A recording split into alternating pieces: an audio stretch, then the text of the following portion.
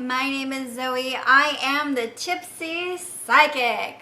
Today I'm going to talk about something I've been meaning to talk about for a while, and it's for anyone who is in the psychic business, preferably beginners, people who just want to get their foot in the door and they need some cool tips on how to do that. A big question I get a lot is about working at psychic fairs or spiritual festivals or anything like that where you have to have a booth and you want to do readings at a booth. There are so many different ways you can make money as a psychic, and one of the best ways to market your business and to connect with the local spiritual community is by having a booth, your own booth, at a psychic fair. So here are some of my tips. Number one, when you price your reading, you want to price it a lot less. So for example, one of my average readings, like where I just read one client, in private, not at a psychic fair, would be like $50, right?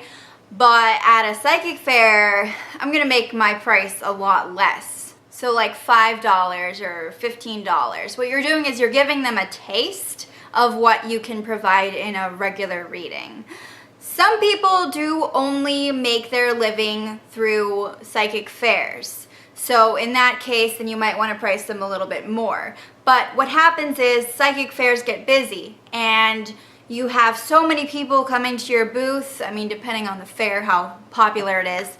But you want to make it so that you can just see people for 15 minutes. You want to make the reading so much shorter than usual, especially if you practice your business like outside of these fairs. Give your clients a taste of what they would get if they booked a reading with you.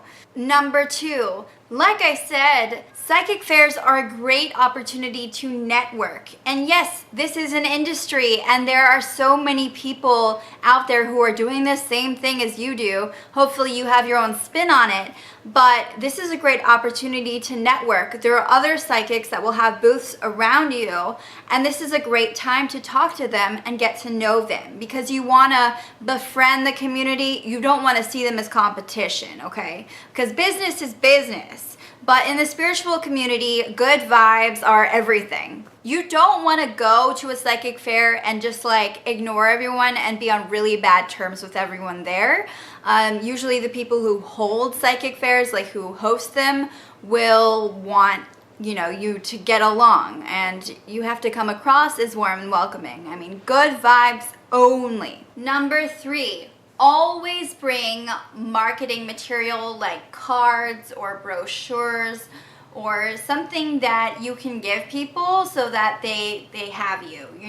If a client really likes your reading, then they're going to want a card to give to their friends and family, and that way you will be able to have more clients and more success business-wise. Make sure that everything is very clear and well done and looks professional. You're not setting up a lemonade stand, you're setting up something that will show people that you take your business seriously and that you are a professional.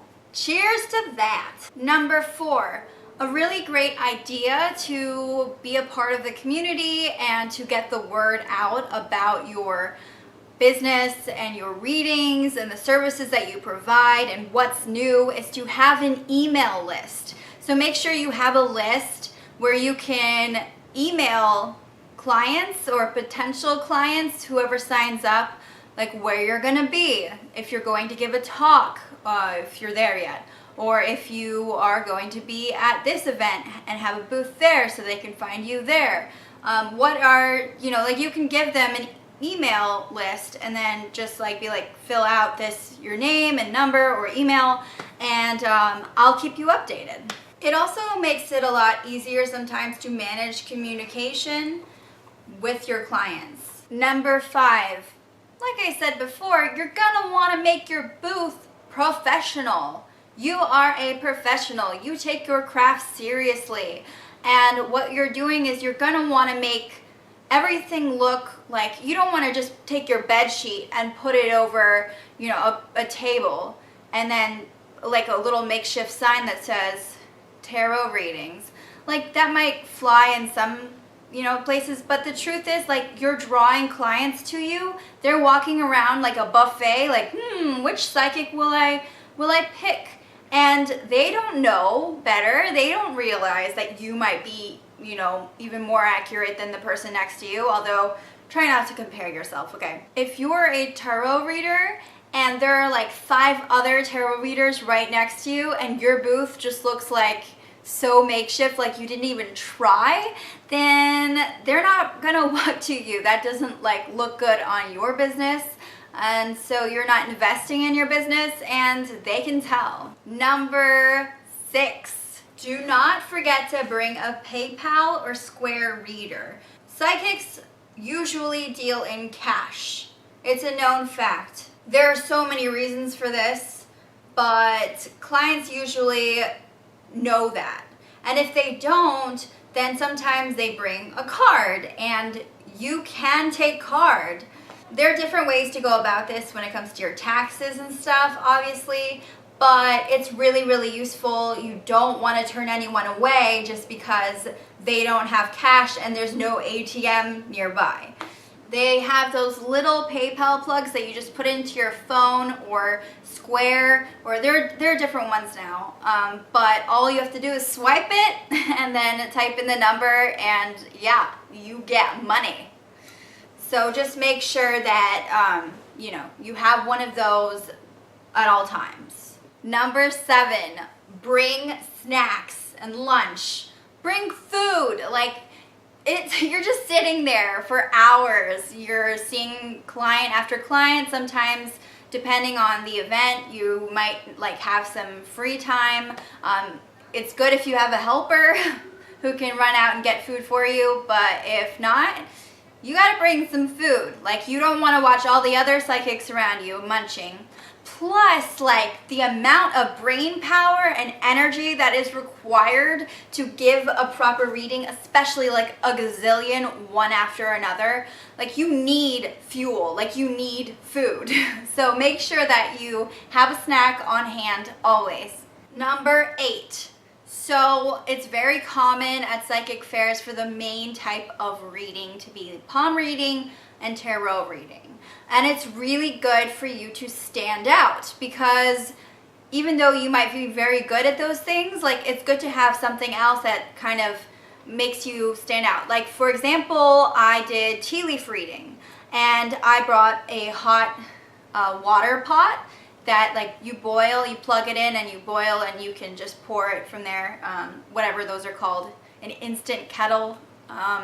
Anyway, I brought that, and I brought all my teacups, and it's a lot more to handle and carry, which is like very tiresome, but it was so cool because at the same time, like, I got to stand out, and clients would walk by and they'd be like, oh, she gives us tea leaf readings? I want to try that. I've never tried that before. And there are some people that were just looking for plain readings. That's fine. But if you have an edge, have an edge. And that also means you can charge a little bit more sometimes. You can also offer combination readings. Like, for example, I used to do palm, tarot, and tea leaf readings all in one. So I did like a combination while the water was heating up and while the tea was cooling down, because I didn't want to burn their tongues, right? Otherwise we would just like been waiting for the water to cool down. And when you're like seeing so many people, it's just like a lot. So I would read their cards while we were waiting and talk to them about it. And that would be like a combination. Number 9, don't bring your like really precious items.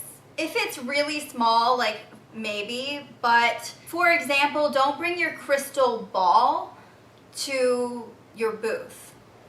It looks really nice, don't get me wrong, like, it's awesome. It makes you look very credible. I get it, like, you look professional when you have that crystal ball on your table.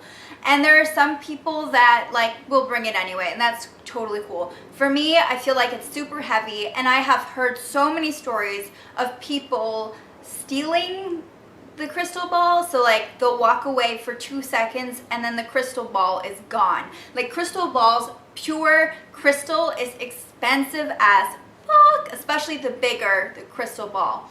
And they are so heavy and you're like, how did someone just walk away with that? But you do not want that, trust me. And you don't want it damaged in any way too. Like, bring like your crystals and your gems, unless you're like a booth selling crystal balls and selling crystals, like just be wary of theft, because it is a thing.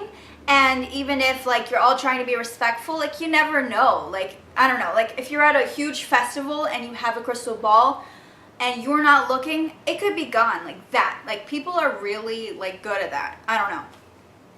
Luckily, it's never happened to me, but I definitely wouldn't bring that. Plus, like, crystal balls are very sacred to me. Like, I feel like I don't just bring them around with me everywhere, you know? They can get infiltrated by negative energy so easily, and I feel like in such a crowded place, it's just not fun. Number 10, keep a box of tissues for when things get real. Oh my gosh, so when you say something that really resonates with a client, they are going to cry. Like, a lot of the time they cry. They get emotional, and this is okay. They're purging those emotions. What you're saying really means something. It's so accurate, it's unbelievable. Like, there's different reasons people cry. But if your client is crying, which is quite often, you want to have a box of tissues for them ready. So definitely have that. And you can also like offer it to a booth nearby. If you see their client crying, you can be like, oh, here, by the way.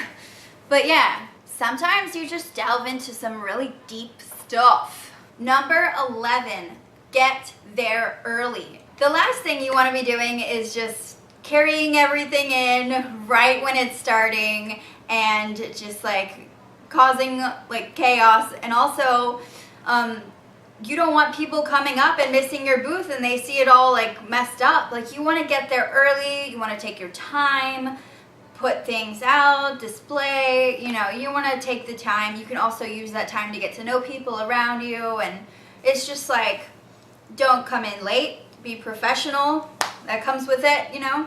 Number 12, know your audience.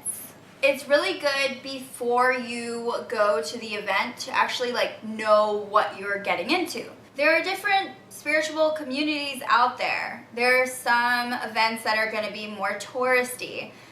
There are some events that are just going to be people who are really spiritual. And so you kind of want to know, if you can, as much as you can about the event and the types of people that are going to be there.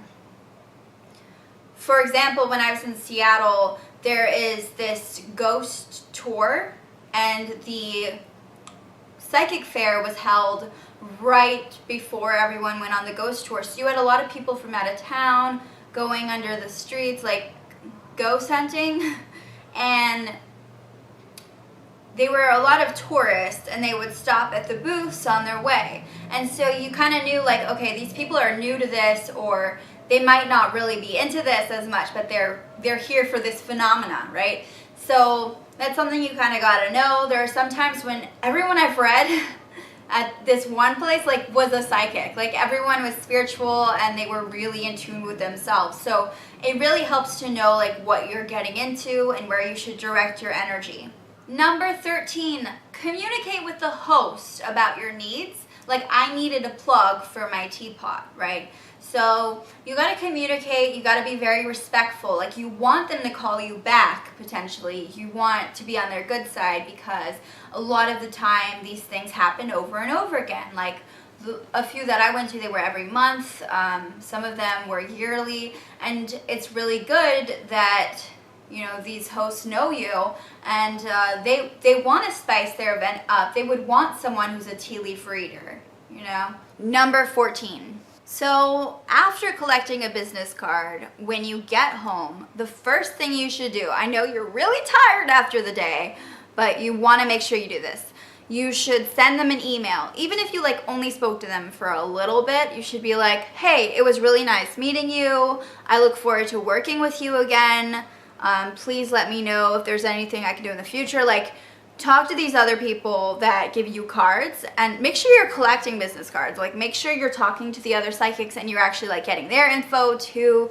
Because, for example, like, I'm not a medium, right? But if a client's like, I really want to see a medium about this, then you can say, oh, I know the perfect person, and you have their card, right? So you can refer your client to them, because you don't want to like do anything that you really are, like, it's above you, like you don't really know. Like, I don't know much about the other side. Like, I do, but I wouldn't do it for my business. So it just depends on the person, but referrals are good and they're professional. And there's nothing wrong with like having allies, you know. Number 15, be comfortable. Ugh, dress comfortably. The last thing you want to do when you're just sitting there for hours, because you're supposed to be there for a certain time usually, you know. The last thing you want to do is just be really uncomfortable and unhappy. No, not fun. Just be yourself. Like, don't try to dress in something that is not you. You are reflecting you. Be uniquely you. It's your gifts that really matter at the end of the day. Number 16, focus on getting clients, not money. I know you're there to make some money. I know you're there to work, but usually psychics don't make that much from these gigs. At least that's not their alone like source of income. That's not it. They usually have other things going on. But I mean, if you can do that, that's fine. But I would use this opportunity to make clients, to show people what you can do, to grab their attention, to draw them to your business, to have them sign up for more readings. Like, this is a time to put yourself out there and draw in unique souls who need advice and guidance, and not really about how much money you can make. Because if you're doing that, then you're really not focusing on, you know, what you need, and it won't put you in the right mindset. Not very good vibes, you know. So number 17, take breaks if you need them. I don't care if you have to stay there all day. You need to be able to take a break, walk around. Like, you can't just sit at this booth. It's really good if you have someone who can watch it for you, but I don't know, like, I can't just sit there all day and like do nothing. Like, in between readings, you can easily walk around. Like, you can easily go and check out other people's booths. You can go to the bathroom and give yourself a pep talk in the mirror. It can become very, like, it can be draining. So yeah, you're gonna want to take some breaks. Never feel bad about that. Your best readings will come when you are fully energetic and you're really in a good mood and you're entranced. But if you're really lethargic and you feel tired, you're not going to really give good readings, and that kind of defeats the purpose. So definitely take breaks. And there you have it. Yay! Thank you so much for watching this video. I am so happy, so happy. Please comment below if you are interested in working at a psychic fair, or if you have any cool experiences being at one, or just, you know, you want to chat. I'd love to hear what you have to say in the comment section below. Subscribe. Bye bye.